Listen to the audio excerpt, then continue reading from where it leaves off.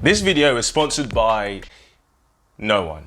No one's sponsoring this video. Hello guys and welcome back to my channel. I am Kit, your personal dating coach, and in today's video I want to go through why 99% of single women can't find a good man out here. Like, some people are really struggling to find what they're looking for. And there are definitely some things that hold a lot of modern women back. So I'm gonna go through some of those things, see if any of them apply to you and what you can do about it so you don't fall into this trap. So the first thing that keeps a lot of modern women single is, and I've mentioned this so many times before, is giving sex too easily, is jumping into bed with a guy way too quickly. Look, I get it. There's a hookup culture and we want to have fun, and casual fun and casual dating is great.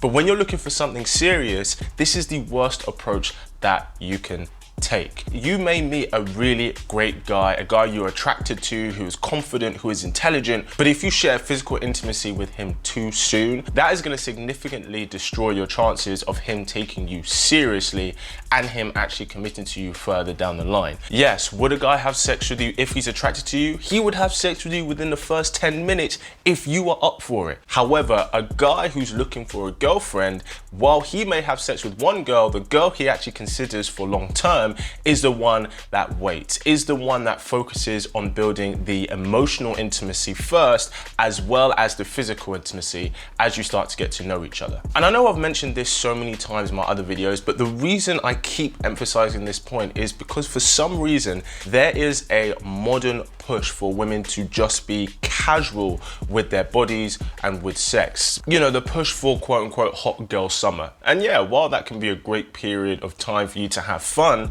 when you want to actually have something substantial, this is the worst way. And I really don't know why there's such a push for women to be so casual with their bodies and with themselves. Because remember, women, sex, you're the one who is vulnerable, okay? The guy is entering into you. That's why it's really important that you feel safe, you feel comfortable, you're with someone who you can trust. I have female friends who have actually said that they've gone maybe on 1 or 2 dates with a guy, let's say it's even the first date, and they go back to his, okay, and then they change their mind in the moment, saying that they feel that they actually don't want to be intimate with him, but then they've just said yes because they don't know if, you know, if they say no, how this guy's gonna react. And potentially if they don't know him that well, it can be quite threatening. And for me, I'm like, look, if you're not with a guy who you can trust, that if you change your mind in the moment, that you feel safe with, or you don't feel comfortable saying no, you don't feel safe enough to say no to this guy because maybe you don't know him well enough, then you shouldn't be in that intimate situation with him.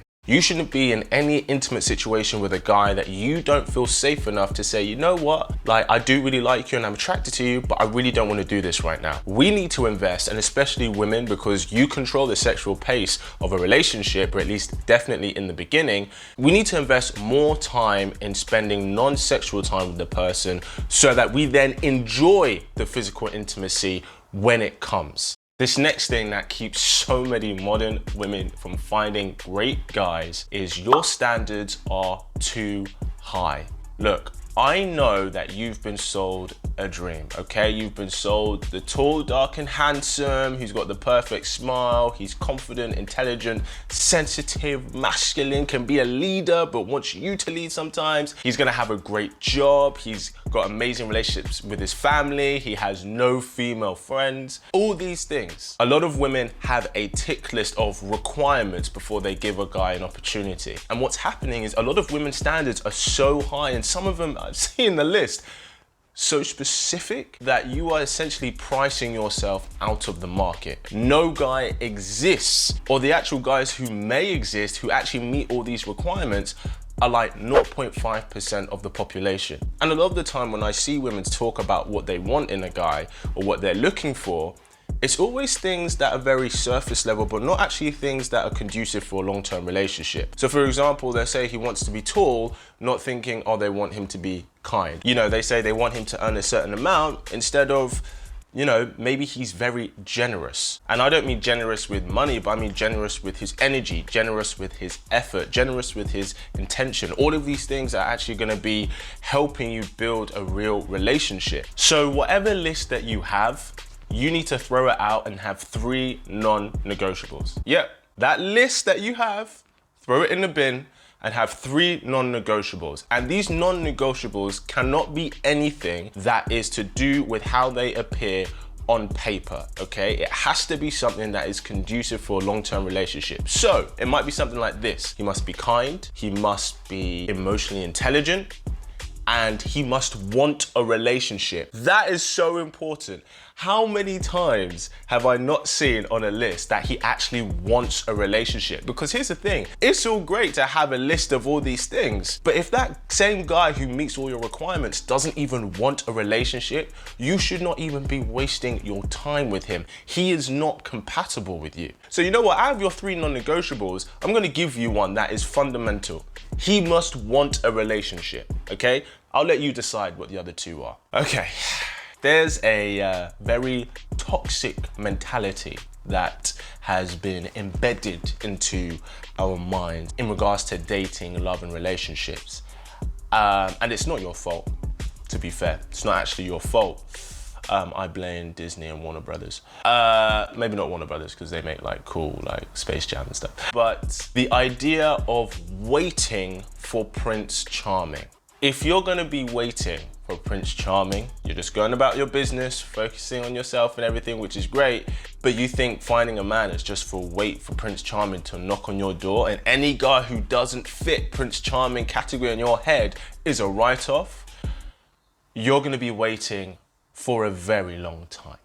This is the biggest thing for a lot of modern women to do when it comes to finding someone great, is letting go of that Prince Charming mentality. It's partially not your fault, because you've been sold this as little girls through the movies that we're exposed to, through the TV shows that we watch, through operas that we watch, through musicals that we watch, all kinds of entertainment, especially entertainment that is geared towards women, which is about romance and love. All that kind of style of entertainment is literally on the idea that the girl waits and Prince Charming finds her. I'm waiting to be found is what a lot of people say, is what a lot of women say. This mentality is gonna stop you from being open to great guys, but also is gonna have you wait for something that is never going to come.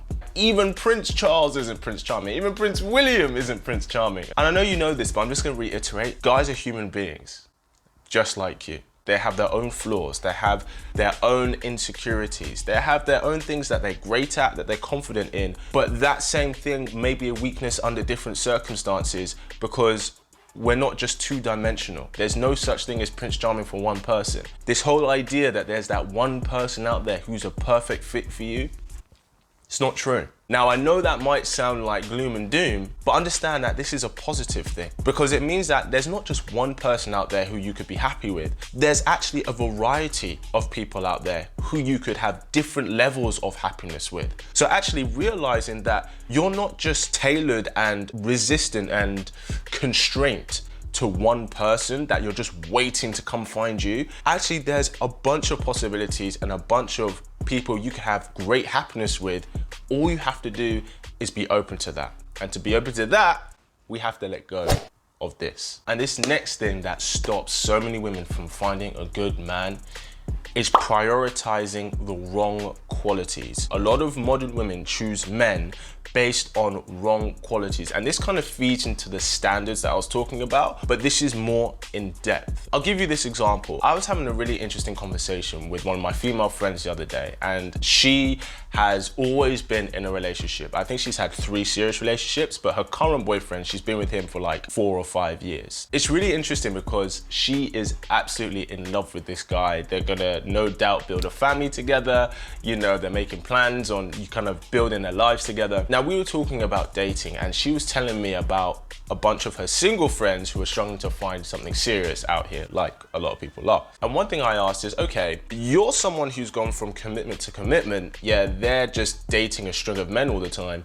What do you think you're doing differently that they're not? Like, she thought about it and she thought, well, she recognizes that people that maybe she's gone out with, they would write off right from the beginning, right? And I thought, interesting, why do you think that is?